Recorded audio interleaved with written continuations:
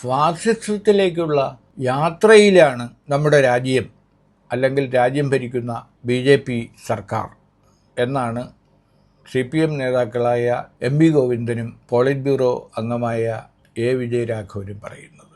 അപ്പം നവഫാസിസത്തിൻ്റെ സ്വഭാവ ലക്ഷണങ്ങൾ കാണിക്കുകയാണ് മോദി ഭരണകൂടം.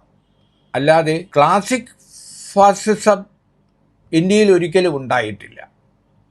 അടിയന്തരാവസ്ഥ കാലത്ത് പോലും ഇന്ത്യ അനുഭവിച്ചത് അർത്ഥഫാസിസമാണ്. അപ്പോൾ ക്ലാസിക് ഫാസിസം ഒരു കാലത്തും ഇന്ത്യയിൽ ഉണ്ടായിട്ടില്ല. അപ്പോൾ അതുകൊണ്ടാണ് മോദി സർക്കാർ ഒരു ഫാസിസ്റ്റ് സർക്കാരല്ല.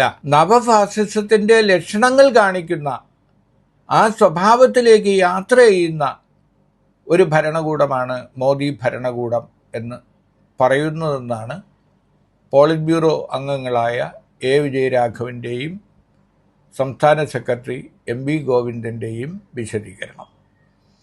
MV ഗോവിന്ദൻ പറയുന്നത് മത ധ്രുവീകരണത്തിലൂടെയും ഹിന്ദുത്വ അജണ്ടയിലൂടെയും അമിതാധികാര വാഴ്ച നടത്താനാണ് BJP ശ്രമിക്കുന്നത്.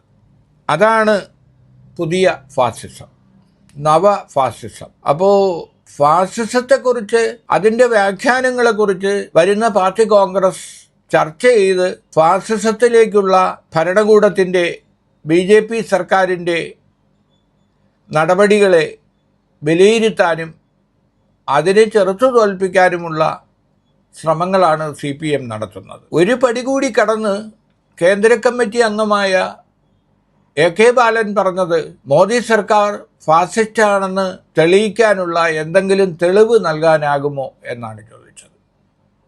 AK ബാലൻ മറ്റൊന്നുകൂടി ചോദിച്ചു, ഫാസിസ്റ്റ് ഭരണമാണ് പിണറായി നടത്തുന്നതെന്ന് പറയാറില്ലേ, എന്ന് വെച്ച് ഇവിടെ നടക്കുന്നത് ഫാസിസ്റ്റ് ഭരണമാണോ?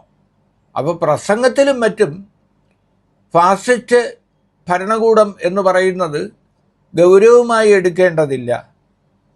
ശരിക്കുള്ള ഫാസിസം ഇതുവരെ ഉണ്ടായിട്ടില്ല.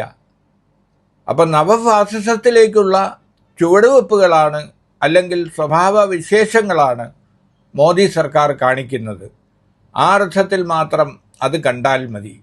അതുകൊണ്ടാണ് ഫാസിസത്തെക്കുറിച്ച് സമഗ്രമായി ചർച്ച ചെയ്യാനും വിലയിരുത്താനും വരാനിരിക്കുന്ന പാർട്ടി കോൺഗ്രസ് തീരുമാനിക്കുന്നത്. എന്തായാലും AK ബാലൻ ഒരു കാര്യം സമ്മതിച്ചു, മോദിയെ മാത്രമല്ല പിണറായി വിജയനെയും ഫാസിസ്റ്റ് എന്ന് വിശേഷിപ്പിക്കാറുണ്ട് എന്ന സത്യം അദ്ദേഹം